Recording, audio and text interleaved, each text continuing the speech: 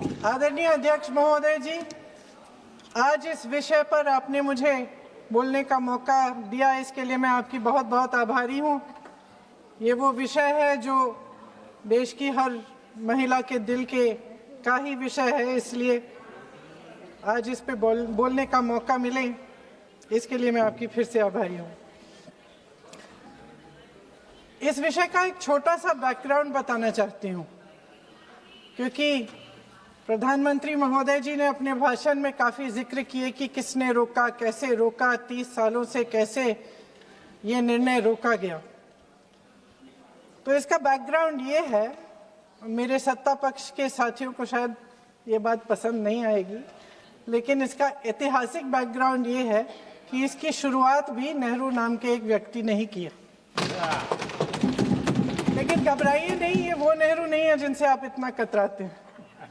ये उनके पिताजी मोतीलाल नेहरू जी ने एक रिपोर्ट तैयार की थी 1928 में, और उस प्रतिवेदन को उन्होंने कांग्रेस पार्टी की कार्य समिति को दिया था। वो एक समिति के अध्यक्ष थे, उसमें उन्होंने 19 मूल अधिकारों की सूची बनाई थी। 1931 में सरदार पटेल जी की अध्यक्षता में कांग्रेस अधिवेशन हुआ था कराची में। उस कराची अधिवेशन में इस प्रस्ताव को पारित किया गया और वहीं से ये शुरुआत हुई कि महिलाओं का समान अधिकार हमारे देश की राजनीति में शामिल हुआ। उसी समय 1 वोट 1 सिटीजन 1 वैल्यू का सिद्धांत भी हमारी राजनीति में स्थापित हुआ। आपको ताज्जुब होगा ये जानकर कि जबकि इस सिद्धांत की वजह से हमारे देश में महिलाओं को वोट देने का अधिकार आज़ादी के पहले दिन से मिला, अमेरिका जैसे देश में ये अधिकार उन्हें इस अधिकार के लिए 150 साल इंतजार करना पड़ा, संघर्ष करना पड़ा। हमारे देश की राजनीतिक व्यवस्था में महिला आरक्षण लागू करना भी दुनिया में एक ऐसा ही अनोखा कदम था। पंचायतों और नगर पालिकाओं में 33% आरक्षण का प्रावधान भी भारतीय राष्ट्रीय कांग्रेस की सरकार ने स्वर्गीय राजीव गांधी जी के नेतृत्व में सदन पटल पर पहली बार पेश किया, मगर उस समय ये प्रावधान पारित नहीं हो पाया। आज आदरणीय प्रधानमंत्री महोदय जी ने भी इसका जिक्र किया, लेकिन हमेशा की तरह उन्होंने आधी बात बोल दी। उन्होंने कहा, सदन को ये बताया कि विरोध करने वाले कौन थे, उन्होंने ये नहीं बताया। उन्होंने कहा कि इसका विरोध हुआ, कौन किसने विरोध किया और नहीं बताया। विरोध तो आप ही ने किया था, भाजपा ने। कुछ सालों बाद स्वर्गीय श्री पीवी नरसिम्हा राव जी के नेतृत्व में कांग्रेस सरकार ने इस कानून को सदन में पारित करके लागू किया। आज अपने भाषण में प्रधानमंत्री जी ने जब पंचायत की आंदोलित महिलाओं का जिक्र किया, तो ये समझ लीजिए कि इस कदम के चलते ही आज 40 लाख पंचायत प्रतिनिधियों में से 15 लाख महिलाएं हमारे लोकतंत्र में भागीदार हैं। 2010 में स्वर्गीय प्रधानमंत्री डॉक्टर मनमोहन सिंह जी और यूपीए की अध्यक्ष श्रीमती सोनिया गांधी जी के नेतृत्व में कांग्रेस पार्टी ने लोकसभा और विधानसभा में महिलाओं को आरक्षण देने का फिर से प्रयास किया। राज्यसभा में इसे पारित भी कराया, लेकिन लोकसभा में आम सहमति नहीं बन पाई। 2018 में आदरणीय श्री राहुल गांधी जी ने मोदी जी को एक पत्र लिखा, और उस पत्र में उन्होंने कहा कि ये महिला का जो आरक्षण है ये 2019 तक लागू हो जाना चाहिए। मुझे लगता है कि यहाँ आकर प्रधानमंत्री जी राहुल जी का मजाक तो बना लेते हैं, लेकिन घर जाके उनकी बातों पर गौर करते हैं, क्योंकि हम आज उसी बात पर चर्चा कर रहे हैं। वैसे आज प्रधानमंत्री जी की बातों से ये लगा कि भाजपा ही महिला आरक्षण के चैंपियन, प्रस्तावक और सबसे बड़े समर्थक रहे हैं। इनके पूरे भाषण में यही बात थी, जबकि ये कह रहे थे कि इन्हें इसका श्रेय नहीं चाहिए। कोई भी महिला आपको बता देगी कि बार बार बहकाने वाले पुरुषों को महिलाएं झट से पहचान लेती हैं। थोड़ी सावधानी बरत लीजिए, पकड़े जाएंगे। आखिर जब 2023 में राहुल जी के पत्र को पढ़ने के कुछ सालों बाद, हाँ, उसके बाद पढ़ लिया। आखिर जब 2023 में आदरणीय प्रधानमंत्री नरेंद्र मोदी जी की सरकार ने यह अधिनियम सर्वसहमति से पारित किया, तब भारतीय राष्ट्रीय कांग्रेस ने अपनी विचारधारा के अनुकूल इसका पूरा समर्थन किया। आज भी इसमें कोई शक नहीं होना चाहिए कि भारतीय राष्ट्रीय कांग्रेस महिला आरक्षण के पक्ष में डट कर खड़ी है और खड़ी रहेगी।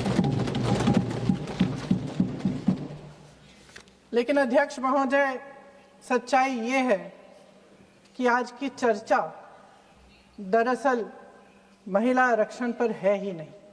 जो विधेयक के सरकार ने पेश किया है, उसका प्रारूप हमने पढ़ा, उससे पूरी चर्चा ही बदल गई है। उनकी सरकार के इस विधेयक का सार सुनिए। सबसे पहले इसमें लिखा है कि संसद में महिला आरक्षण 2029 तक लागू होना चाहिए। अब सहमत है। फिर कहा गया है कि इसे लागू करने के लिए लोकसभा सदस्यों की संख्या 50% बढ़ानी पड़ेगी। मतलब कि सीटों की संख्या 543 से बढ़कर 850 तक बढ़ाई जाएगी। और इन सीटों को बढ़ाने के लिए एक परिसीमन आयोग बनाया जाएगा जो 2011 की जनगणना को आधार बनाकर ये कार्य करेगा। ऊपर से इसमें कोई आपत्तिजनक बात नहीं लगती, मगर इसे गहराई से समझा जाए तो इसका असली मकसद उभरता है। वह राजनीति की बू जिसका जिक्र प्रधानमंत्री महोदय ने किया, वह राजनीति की बू इसमें पूरी तरह से घुली हुई है। दरअसल इसी सरकार ने महिला आरक्षण का जो विधेयक सर्वसहमति से 2023 में पारित कराया था, उसमें 2 चीजें थी जो इस विधेयक में नहीं है। उसमें लिखा था कि इसे लागू करने से पहले नई जनगणना और परिसीमन कराई जाएगी। अब अचानक क्या हो गया? मन बदल गया। वही सरकार पुराने आंकड़ों के आधार पर क्यों आगे बढ़ना चाह रही है और इतनी जल्दबाजी क्यों? अध्यक्ष महोदय, ये हमारे देश की सच्चाई है कि प्रतिनिधित्व का सवाल जनसंख्या के सवाल से जुड़ा हुआ है। जब तक जातीय जनगणना नहीं होती, सभी वर्गों को उचित प्रतिनिधित्व नहीं मिल सकता। यह अनिवार्य है। ये सरकार 2011 की जनगणना पर आगे बढ़ना इसलिए चाहती है क्योंकि इस जनगणना में ओबीसी वर्ग की संख्या ही नहीं है।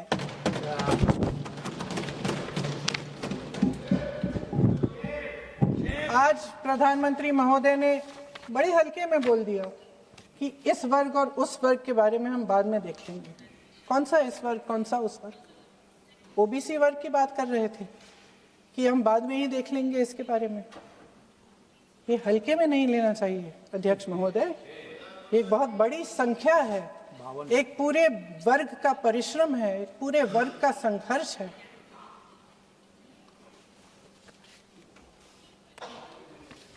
इसे टेक्निकल मुद्दा बता के उन्होंने अपना पल्ला झाड़ दिया। हम इनकी मांग कर रहे हैं, हम इनकी जरूरतों को आगे कर रहे हैं, हम कह रहे हैं कि इनको भी अपना हक मिलना चाहिए, और प्रधानमंत्री जी ने उसको एक टेक्निकल मुद्दा बता दिया। हमारे प्रधानमंत्री महोदय किस बात से घबरा रहे हैं?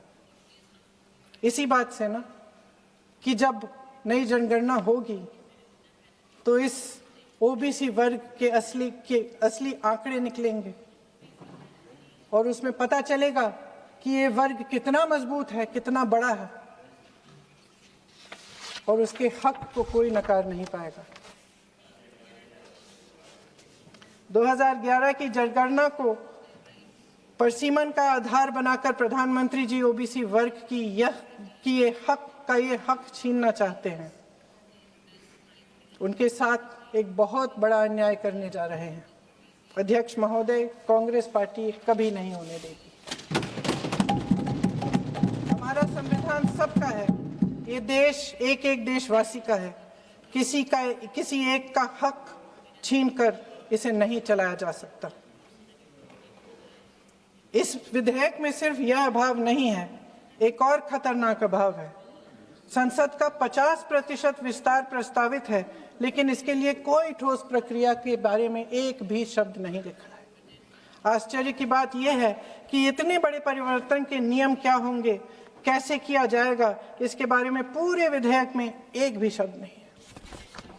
महोदय, संसद में भारत के हर प्रदेश की भागीदारी 1971 में निश्चित तौर पर तय की गई थी और इसमें परिवर्तन लाने पर रोक लगाई गई थी, लेकिन इस विधेयक के तहत ये सब बदलने जा रहा है। आदरणीय प्रधानमंत्री महोदय जी और उनके अन्य मंत्रियों के खोखले आश्वासनों के बावजूद यह निश्चित है कि संसद में प्रदेशों के वजन का परिवर्तन किया जाएगा।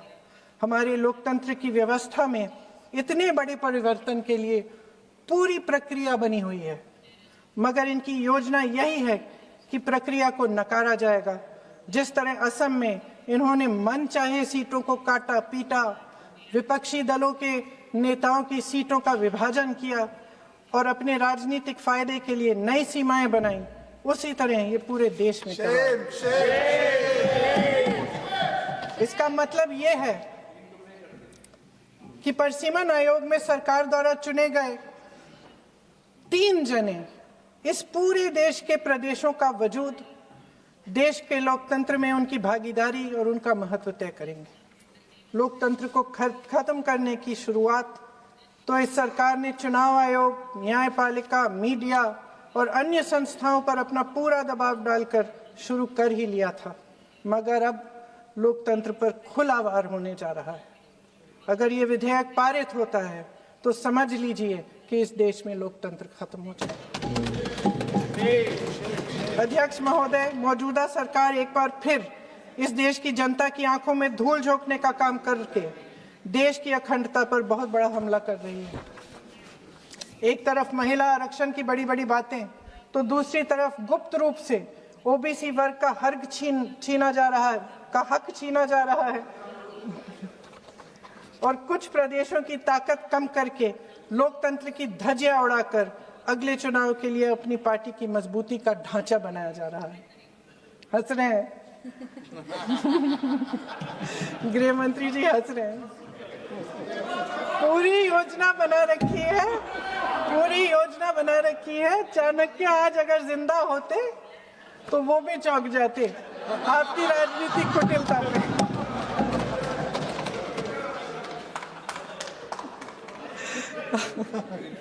इन्होंने पूरी योजना बना रखी है, हंस रहे हैं, सहमत है मेरी बातों से।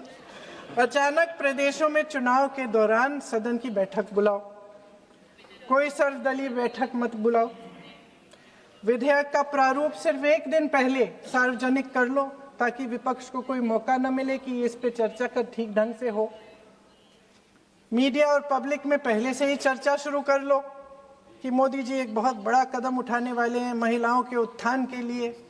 ये विपक्षी दल के जो नेता हैं कुछ समझते नहीं हैं, राष्ट्र के हित में कुछ करते नहीं हैं, विरोध करेंगे।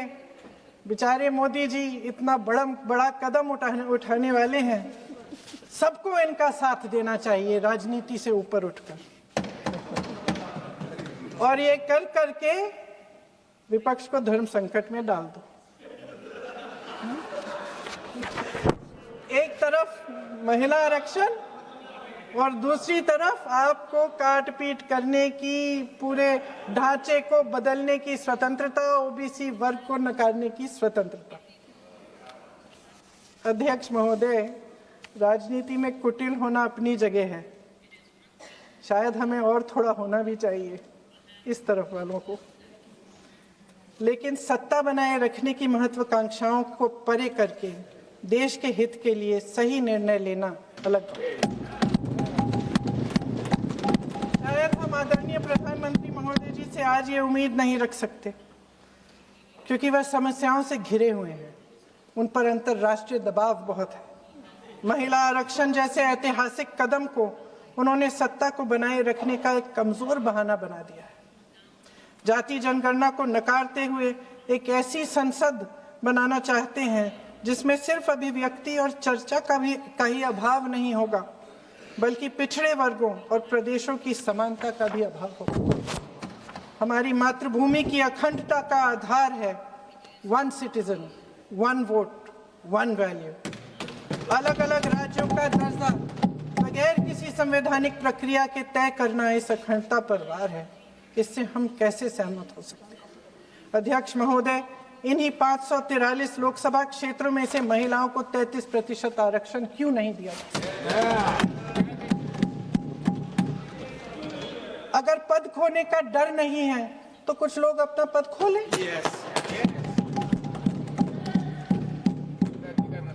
इसी में से SC ST का जो दर्जा है, SC ST में महिलाओं का आरक्षण 33% हो जाए, 1/3 आरक्षण हो जाए, OBC का भी उचित आरक्षण हो जाए, आज पारित हो सकता है।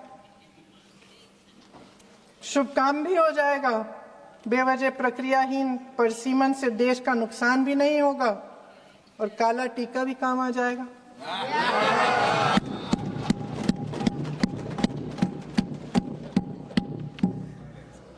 सदन की सर्वसहमति से देश के इतिहास में एक महत्वपूर्ण कदम उठाने पर आदरणीय प्रधानमंत्री महोदय जी का नाम भी लोकतंत्र का गौरवमय पन्नों में लिखा जाएगा। अध्यक्ष महोदय, आज मेरी बहुत सारी बहनें यहाँ बैठी हैं, सदन की चर्चा देख रही हैं। हम चाहे बड़े शहरों में रहती हों या छोटे कस्बों में, गांव में, चाहे पढ़ी लिखी हों, कभी भी सभागृह की गैलरी की चर्चा नहीं करते सदन में। फोटो दिखा रहे हो?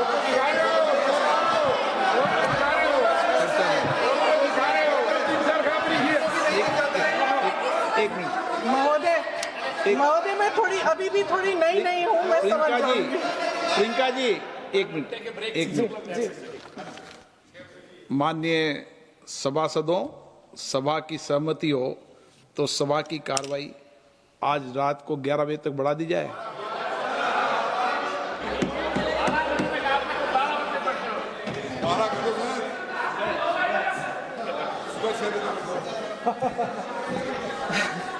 अध्यक्ष महोदय, हम चाहे बड़े शहरों में रहती हों या छोटे कस्बों और गांवों में, चाहे पढ़ी लिखी हों या हमने अवसरों की कमी का सामना किया हो, महिलाएं ही अपने समाज का बोझ अपनी दृढ़ता और मजबूत इच्छा शक्ति से अपने कंधों पर उठाती हैं। हम ही वह अथक कर्म शक्ति हैं जो हमारे राष्ट्र को आगे बढ़ाती हैं।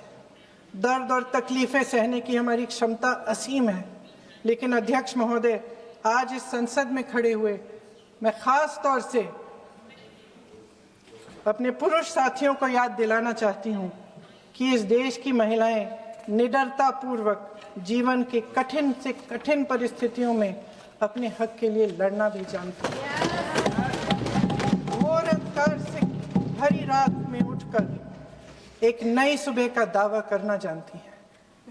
इस देश की महिलाएं वे जबरदस्त सामूहिक शक्ति हैं जो इस देश के भविष्य को आकार दे रही हैं।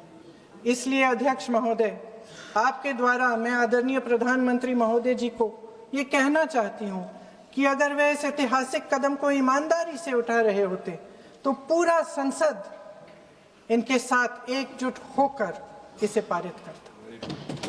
लेकिन देश की महिलाओं के नाम पर इस देश के बुनियादी ढांचे, इसकी अखंडता के साथ खिलवाड़ करने की कोशिश ने इस विधेयक का मकसद ही बदल डाला है। हमारी संसद को कमजोर करके अपनी सत्ता को कायम रखने की एक खोखली कोशिश साबित हुई है। आदरणीय प्रधानमंत्री महोदय जी, इस देश की महिलाओं का वाकई आप सम्मान करते तो उनका राजनीतिक इस्तेमाल न करते। ये आपकी हस्ती, आपके पद, उसकी गरिमा और आपके दायित्व के प्रतिकूल है। आपने ही कहा था कि भारत की हर नारी का ये हक है, उसका अधिकार है, किसी की मेहरबानी नहीं। आज नहीं तो कल उसे ये हक मिलेगा। और इस हक को वे पूरी जिम्मेदारी से देश की अखंडता और एकता को बचाने के लिए इस्तेमाल करेंगे। हम आपके इन तीनों विधेयकों का सख्त विरोध करते हैं, लेकिन अभी भी आप एक ऐसा निर्णय ले सकते हैं जो सर्वसहमति से इस सदन में पारित हो जाएगा और हमारे देश की हर नारी को अपनी असली शक्ति को धारण करने का मौका मिलेगा। मैं आपके द्वारा प्रधानमंत्री जी से अपील करती हूं कि मन बनाएं, साहस करें, सही निर्णय ले लें। हम सब उनके साथ खड़े रहेंगे। धन्यवाद। കൂടുതൽ വാർത്തകൾക്ക് news 18 Keralam YouTube channel subscribe ചെയ്യുക.